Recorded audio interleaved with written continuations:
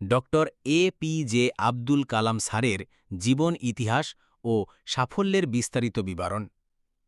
Doctor APJ Abdul কালামের পুরো নাম আবুল পাকির জয়নুল আবেদিন আব্দুল কালাম। জন্ম ১৫ অক্টোবর ১৯৩১ সালে তামিলনাড়ুর রামেশ্বরম শহরে। সাধারণ মুসলিম পরিবারে তিনি জন্মগ্রহণ করেন। বাবা ছিলেন নৌকো মালিক ও মৎস্যজীবী, মা ছিলেন গৃহিণী। শৈশবে পরিবার আর্থিকভাবে দুর্বল ছিল, তাই ছোটবেলা থেকেই সংবাদপত্র বিলি করে সংসারে সাহায্য করতেন। তবে দারিদ্র্য তার শিক্ষার প্রতি আগ্রহকে থামাতে পারেনি। প্রাথমিক শিক্ষা নেন রামেশ্বরম এলিমেন্টারি স্কুলে। পরে পদার্থবিদ্যা ও এরোস্পেস ইঞ্জিনিয়ারিংয়ে উচ্চশিক্ষা অর্জন করেন তিনি পড়াশোনা করেন সেন্ট জোসেফস কলেজ, তিরুচিরাপল্লী এবং পরে মাদ্রাজ ইনস্টিটিউট অফ টেকনোলজিতে। ১৯৬০ সালে তিনি ডিআরডিওতে যোগ দেন। পরে ইসরোতে কাজ করেন এবং ভারতের প্রথম স্যাটেলাইট লঞ্চ ভেহিকল SLV-3 সফলভাবে মহাকাশে পাঠান তিনি। ১৯৮০ সালে রোহিণী স্যাটেলাইট পৃথিবীর কক্ষপথে সফলভাবে স্থাপন করা হয় তার নেতৃত্বে। মিসাইল উন্নয়নে তার গুরুত্বপূর্ণ ভূমিকার জন্য তাকে বলা হয় missile man of India. Agni O Prithvi missile প্রকল্প তার নেতৃত্বে সফল হয়।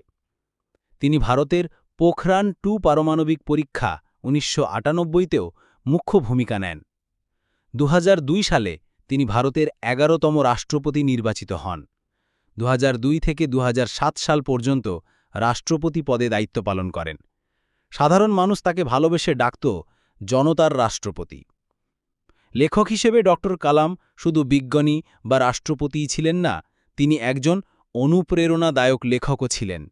তার লেখা জনপ্রিয় বইগুলির মধ্যে উইংস অফ ফায়ার আত্মজীবনী, ignited minds, India ২০২০, turning points.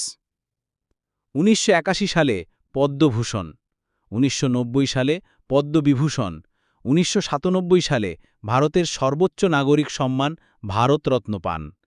বিশ্বের বিভিন্ন বিশ্ববিদ্যালয় থেকে ৪০টিরও বেশি সম্মানসূচক ডক্টরেট ডিগ্রি লাভ করেন। ২৭ জুলাই ২০১৫ সালে শিলংয়ে IIM শিলংয়ে বক্তৃতা দেওয়ার সময় তিনি হৃদরোগে আক্রান্ত হয়ে মৃত্যুবরণ করেন। মৃত্যুর পরেও মানুষ তাকে স্মরণ করে চলেছে একজন মহান দেশপ্রেমিক, বিজ্ঞানী এবং অনুপ্রেরণার প্রতীক হিসেবে।